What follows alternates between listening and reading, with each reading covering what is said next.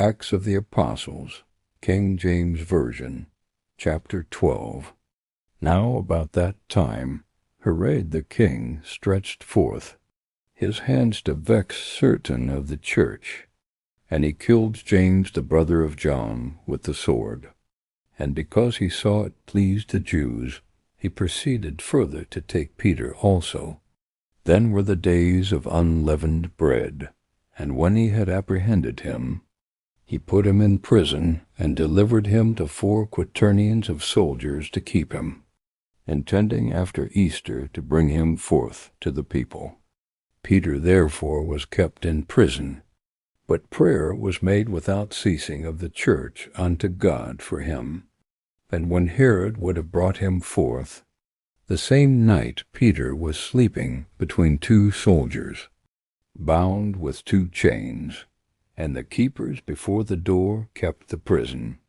And behold, the angel of the Lord came upon him, and a light shined in the prison. And he smote Peter on the side, and raised him up, saying, Arise up quickly. And his chains fell off from his hands.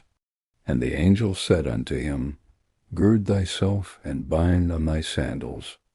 And so he did. And he saith unto him, Cast thy garment about thee, and follow me. And he went out, and followed him, and wist not that it was true which was done by the angel, but thought he saw a vision. When they were past the first and the second ward, they came unto the iron gate that leadeth unto the city, which opened to them of his own accord. And they went out, and passed on through one street. And forthwith the angel departed from him.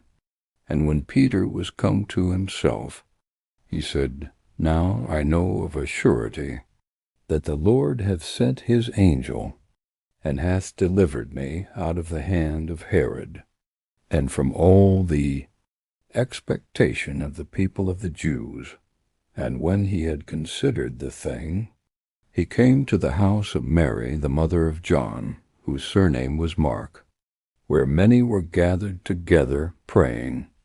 And as Peter knocked at the door of the gate, a damsel came to hearken, named Rhoda. And when she knew Peter's voice, she opened not the gate for gladness, but ran in, and told how Peter stood before the gate. And they said unto her, Thou art mad. But she constantly affirmed that it was even so. Then said they, It is his angel. But Peter continued knocking. And when they had opened the door, and saw him, they were astonished. But he, beckoning unto them with the hand to hold their peace, declared unto them how the Lord had brought him out of the prison. And he said, Go show these things unto James, and to the brethren. And he departed, and went into another place. Now, as soon as it was day, there was no small stir among the soldiers, what was become of Peter. And when Herod had sought for him, and found him not, he examined the keepers, and commanded that they should be put to death.